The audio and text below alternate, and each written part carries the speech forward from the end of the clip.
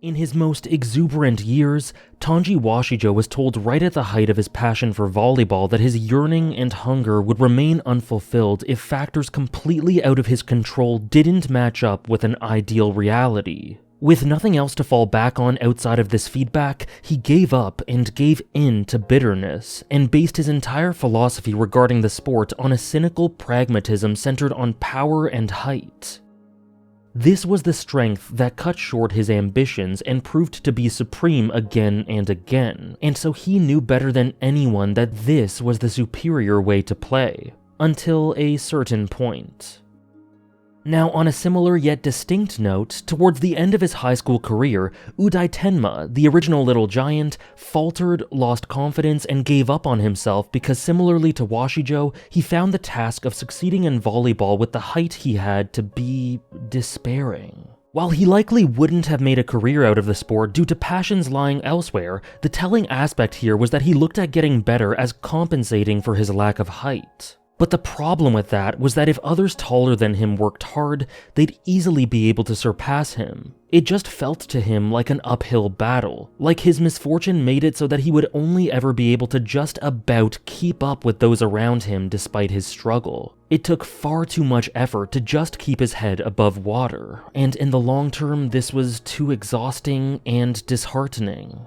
Now, most pertinently here, Hoshiumi Korai once believed that life was unfair because he was born short and disadvantaged with regards to the sport he loved. Early in life, he witnessed firsthand the same thing that Washijo and Tenma learned, as his physically gifted brother was so easily able to render all of his skill, knowledge, and strategy obsolete with pure height and power. However, through a beautiful shift in perspective provided by his mother, he didn't let this define him. She was able to help him understand that while there was very little he could do about his height, there was so much he could do to become great regardless of his height. Life is multidimensional, with so many ways to grow and improve, and so of course it isn't impossible to ever beat taller opponents. It's just difficult. But that was always going to be the case, and he just had to find a way. Just work at it like you always planned to, and with this idealistic spin on your fate.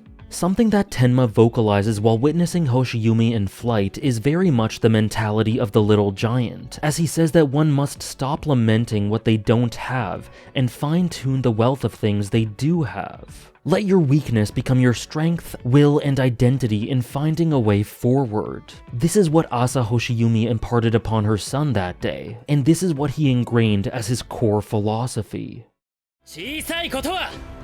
バレーボールに不利な要因であっても不能の要因ではない。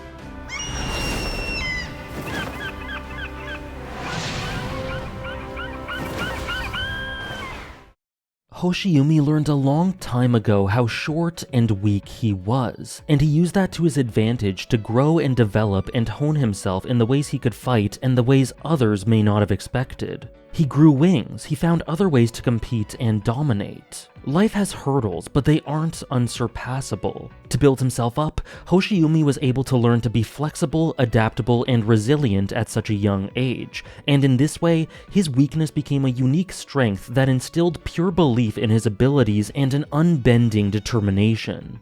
This is one of the most inspiring elements in a story filled to the brim with inspiring elements. The world is unfair, yes, but it's also unbelievably fair.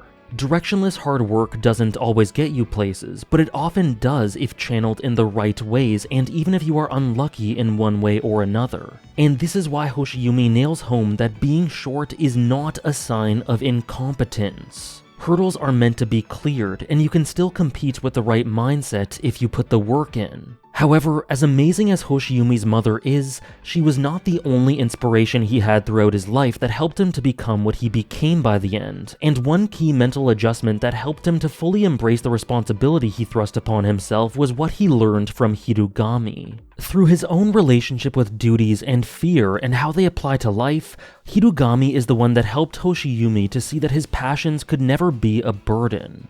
This is what Hoshiumi always desired in life. He's demanded to be on the top stage, and that requires him to be at the top level. It's all he ever dreamed of and wanted, and so why should he play scared of failure? Why not embrace and accept the possibility of mistakes and learn from them if they happen, instead of fearing them? The margin for error is tiny for a professional, but the way they lead to consequences was so baked into how he has already lived that pressure and anxieties seem redundant. So Hoshiumi realizes that he must simply be all that he's been this whole time. Clever, adaptable, and determined. And this will lead him to his grand dream, to stand on the biggest stage. However, there is one last and obvious piece to the puzzle that I haven't discussed yet. All that we talked about is key to describing how and why Hoshiumi had the unique mentality to succeed despite what others may view as fatal shortcomings. But even in spite of this, he admits that in the back of his mind he always sort of believed that he still had limits.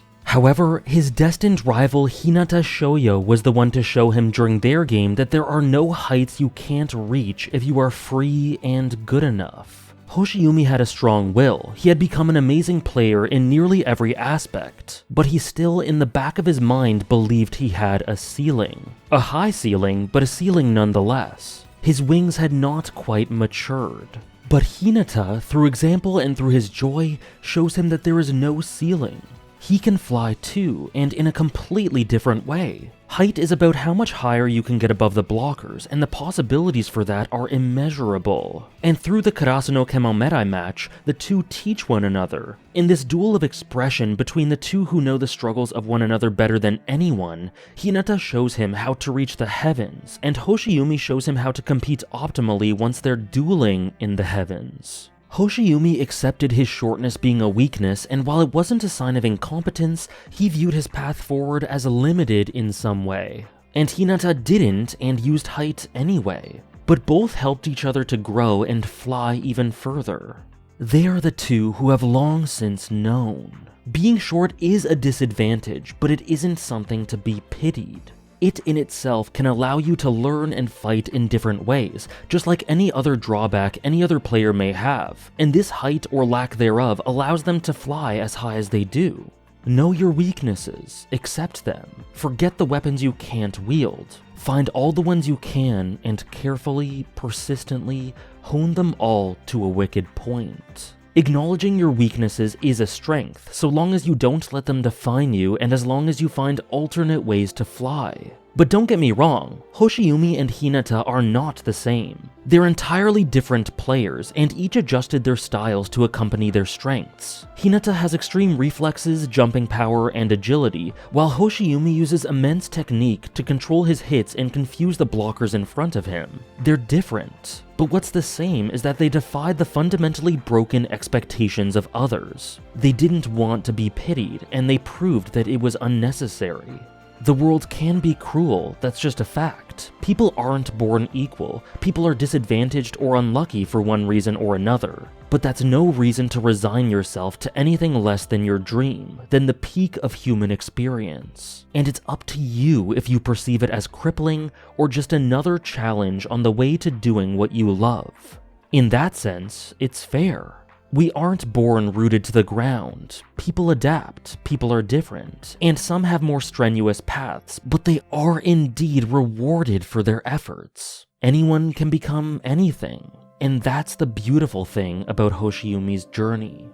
With regards to the match at Nationals, Kemomerai were ahead of Karasuno in terms of making their strategy second nature. It was almost like breathing to them. Professionalism, maturity, and discipline. Ingrained into them to become instinct. And Hinata could compete at the peak with Hoshiumi, but due to him running on fumes and not taking care of his own health, he didn't provide himself with a stable foundation to maintain that beautiful battle. Kemomerai had mastered what Karasuno experienced firsthand here. Habit is second nature was their banner, and Hinata did not make good health second nature whilst they were the model of professionalism, which cut off his wings temporarily. But by the end, Hinata learns and shows Hoshiumi that he has become the worthiest opponent he could have wished for. And now, the two who have been given the same obstacle in life stride forwards together at the unsurpassed heights of excellence, able to take on the world together. Hoshiumi says in the midst of their first bout that, "This whole game, I thought I was going to beat a player like me and climb my way to the top, where I'd stand as the only one. But he's not like me. We aren't limited to only one way of being great. Through this experience, Hoshiumi understands that there are so many ways to reach the summit, and that through their competition with one another, they will push each other. As rivals and partners, ultimately the fact that they're able to stand here together is an advocation and validation for anyone who has felt as if the Battle of Height was too much for them, for former generations in Washijo who believed it, and for upcoming generations to be inspired by.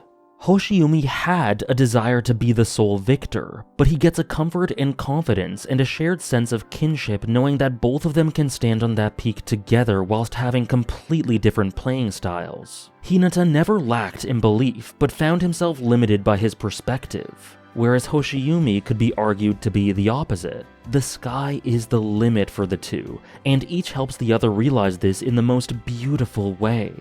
While their dynamic was introduced surprisingly late into the story, Hinata and Hoshiumi's rivalry is one of the most all-encompassing, inspiring, and empowering elements of Haikyuu, and none of it could have been possible without the one who learned to strive past that limitation in the first place. Many thanks for watching.